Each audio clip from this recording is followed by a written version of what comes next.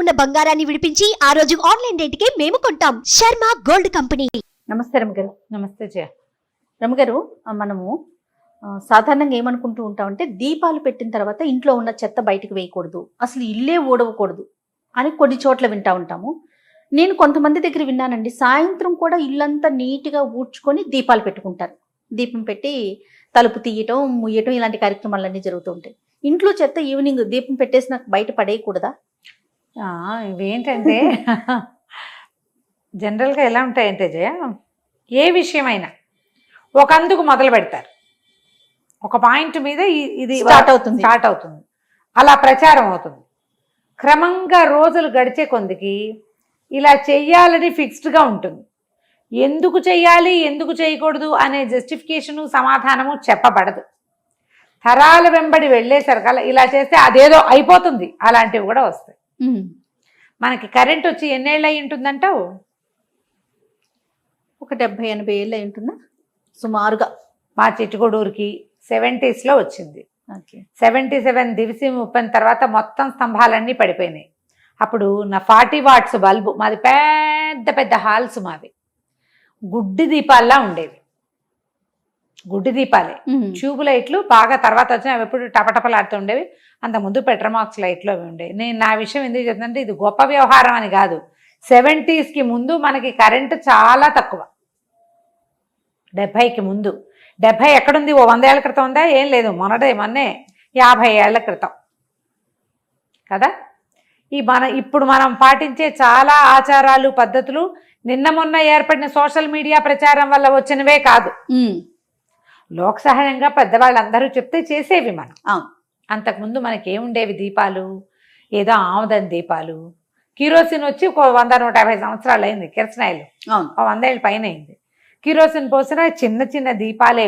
గుడ్డి దీపం ఉండేది, కోడిగుడ్డు దీపం, లస్టర్స్ ఉండేవి, ఇంతంత లాంతర్లు ఉండేవి, పెట్రోమాక్స్ లైట్లు ఉండేవి. ఇళ్లలో చిన్న దీపం వెలిగించుకుని పెందరాళి అన్నాలు తిని చిన్న దీపపు వెలుగులోనే చేసేవాళ్ళు. సాయంకాలం అనగానే 6 దాటిపోవాలా, సూర్యాస్తమయం అయ్యాక దీపం వెలిగించేవాళ్ళు. ఈ దీపం వెలిగించుకున్నాక దుమ్ము రేగొట్టి ఇల్లు ఉడిచామనుకో, ఆ దుమ్ము ఎట్టిపోయిందో నీకు కనపడుతుంది? కనపడదు. అవును. పొద్దుటి సాయంకాలపు వేళల్లో పిల్లలు పట్టగలుసులో, పెద్దవాళ్ళ చెవులకు దుద్దులో, శీలలో ఓ రూపాయి నోటో, ఓ కాగితమో, ఏదో దారమో ఆ చెత్తలో పడిపోతుంది. అవును కదా. చీకటి వేళ ఏది కనపడదు. అందుకని చీకటి వేళ ఊడ్చద్దు. క్రమంగా అది విధి చెబోచకూడదు అన్నమాట. నిషేధంగా ఊడిస్తే కొంప మునిగిపోతుంది అని పుట్టించారు. మనమే పుట్టించుకుంటాం జయ. మొదటి వాళ్ళు అలా చేయలా. రాత్రి వేళ ఈ పనులు చెయ్యొద్దు అని చెప్పేవారు. దాన్ని మనం అసలు ఖచ్చితంగా ఫాలో అవ్వాలని క్రియేట్ చేసేసుకో. సాయంత్రం అయ్యేసరికి దీపాలు పెట్టుకోవాలి, దీపం పెట్టుకోవాలి. వాకిళ్ళు ఊడ్చి ఇల్లు ఊడ్చుకుంటాం. మేము కూడా హాలు ఊడ్చేసుకుంటాం జయ. నేను ఇంట్లో సాయంత్రం పూట ఊడుస్తాను. సూర్యాస్తమయంలో పోయి ఒకసారి ఇట్లా అసలు సంధి వాకిళ్ళు చిమ్ముకోవటం అనేది ఒక పద్ధతి. నువ్వు సాయం అడుగు, సాయంకాలాలు వాకిళ్ళు చిమ్ముతారు లేదో వాళ్ళ ఊళ్ళో? చిమ్మరు, కొన్ని ఊళ్ళల్లో చిమ్మరు. చిమ్మి చక్క ముగ్గు పెట్టుకుంటారు అమ్మగారు. వాకిలు చిమ్మి సందె ముగ్గు అనేది. వాకిలు చిమ్మటం, దొడ్డి వాకిలి, వీధి వాకిలి తుడుచుకొని. మా కజిన్ హైదరాబాద్లో ఉండే మా కజిన్ కూడా అలాగే చేస్తుంది. సాయంత్రం అయ్యేసరికల్లా వాకిలు తుడిచి ముగ్గేసుకుంటుంది తను. ఊళ్ళల్లో అలవాటు, మా ఊళ్ళల్లో ఉంది సందె వాకిళ్ళు చిమ్మటం అని.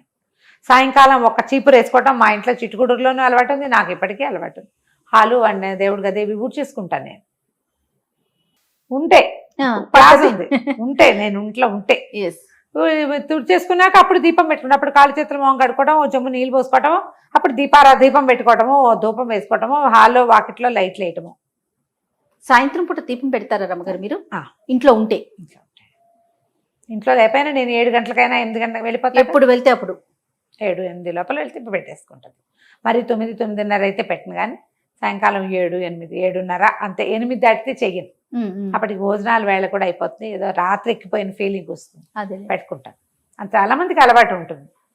ఇప్పుడు ఇది దీపాలు పెట్టేశాక ఇల్లు ఉడ్చుకుంటే బాగుండదు.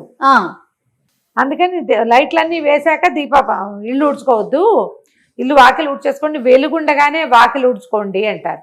ఇప్పుడు కూడా బాగానే ఉంటుంది. ఇప్పుడు ఏంటంటే ఫుల్గా లైట్లు అన్నీ వేసుకుంటాము, దుమ్ములు అన్నీ మనకు క్లియర్గానే కనపడతాయి.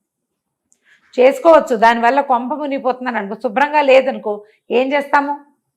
తప్పదు కదా. తప్పదు కదా. నేనేం చేస్తానంటే చీపురు ముట్టుకోకూడదు అని మా అక్కయ్య సిద్ధాంతం. రాత్రి చీకటి పడ్డాక చీపురు ముట్టుకోకూడదు. దాన్ని నేను సాటిస్ఫై చేయడానికి నా దగ్గర ఒక ప్లాన్. చెప్పండి అమ్మగారు. ఒక చిన్న ఇప్పుడు ఇవాళ కర్రలు వచ్చి ఒక చిన్న ఫ్లాట్ గా వస్తుంది, అవునవును, క్లాత్ ఇట్లా తుడుచుకోవచ్చు.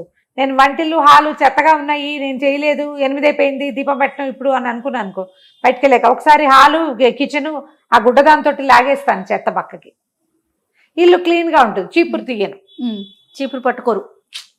చీపురు పట్టుకోకూడదు అంటే ఏం లేదు, అదొక బ్రెయిన్ లో ఫిక్స్ అయిపోయి ఉందా. అంతే అంతే. అవసరం అయింది, 10 మంది అయ్యాం భోజనాలకి, ఇల్లు ఉంచుకోవాల్సిందే. ఖచ్చితంగా కదా. ఇప్పుడు పిల్లలు లేరు కాబట్టి సరిపోతుంది, పెద్ద పిల్లలు అయిపోయారు కాబట్టి. ఇప్పుడు చిన్న పిల్లలు ఉన్నారనుకోండి, మొత్తం చించి అంతా పోసారనుకో, తప్పకుండా ఊడ్చుకోవాలి కదా. దానివల్ల ఏదో అయిపోతుంది అనుకోద్దమ్మా. ఇలాంటి దానివల్ల లక్ష్మీదేవి ఉండదు లాంటి తంబుల మీదకి వెళ్ళబోకండి. మీ అవసరం ప్రధానమైంది. మన పద్ధతి మన ఇంట్లో ఉంది. అత్తగారు వద్దంటున్నారు అనుకోండి, మానేయండి, ఒక దెబ్బతో పోతుంది. అత్తగారికి ఇష్టం లేదు, ఆవిడ అదేదో 100 రూపాయలు ఎందుకు పోయినాయంటే నేను నువ్వు ఇల్లు ఉడిచావు కాబట్టి అంటుందేమో, అప్పుడు మానేయండి. అత్తగలేని కోడలు ఉత్తమరాలు నాలాగా చక్కగా ఊడ్చేసుకోండి, పర్వాలేదు, భయపడద్దు. ప్రధానమైనది ఏంటంటే మనం చేయకూడని పనులన్నీ కూడా మన లివింగ్కి ఇబ్బంది లేకుండా ఉండటానికి ఏర్పరిచినవి. అవి మనం విధి నిషేధాలుగా భావించి చేయాల్సిందే, లేకపోతే కుదరదు, చేయకూడదు, చేస్తే కొంపనిపోతుంది, ఇలాంటి విపరీత భావాల్లోకి వెళ్ళద్దు. ఓకే, సరే. ఊడ్చటం విషయం అయితే ఓకే రమ్మగారు. చెత్త విషయం ఏం చేయాలి? చెత్త విషయం కూడా ఇప్పుడు నీకు అంతా క్లియర్ గా కనపడితే సరే. కాదండి, చెత్త బయటికి వేయకూడదా? వెయ్యరు సాధారణంగా. ఇప్పుడు చెత్త బయటకంటే ఎక్కడ వేస్తావో చెప్పు. డస్ట్బిన్ తీసి మనం గుమ్మం బయట పెడతాం. గుమ్మం బయట పెడితే ఏదైనా కుక్కో పిల్లో ఎలకో పడేదా? మరి కాదు రమ్మగారు, ఇప్పుడు అపార్ట్మెంట్స్ లో మనం ఈవినింగ్ చెత్త తీసి బయట పెడితేనే వాచ్మెన్ వచ్చి తీసుకెళ్తాడు కదా. ఎర్లీ మార్నింగ్ పెడతాం. మరి మాకేమో ఈవినింగ్ ఏం చేయమంటారు చెప్పండి? పెట్టేయండి, ఏం పర్వాలేదు,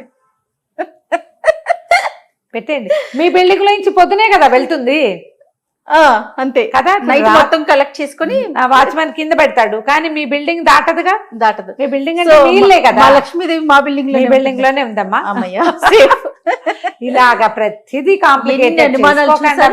చూసారా, ఇప్పుడు మీకు నాకే ఎంత డిఫరెన్స్ ఉందో చూడండి రమ్మ.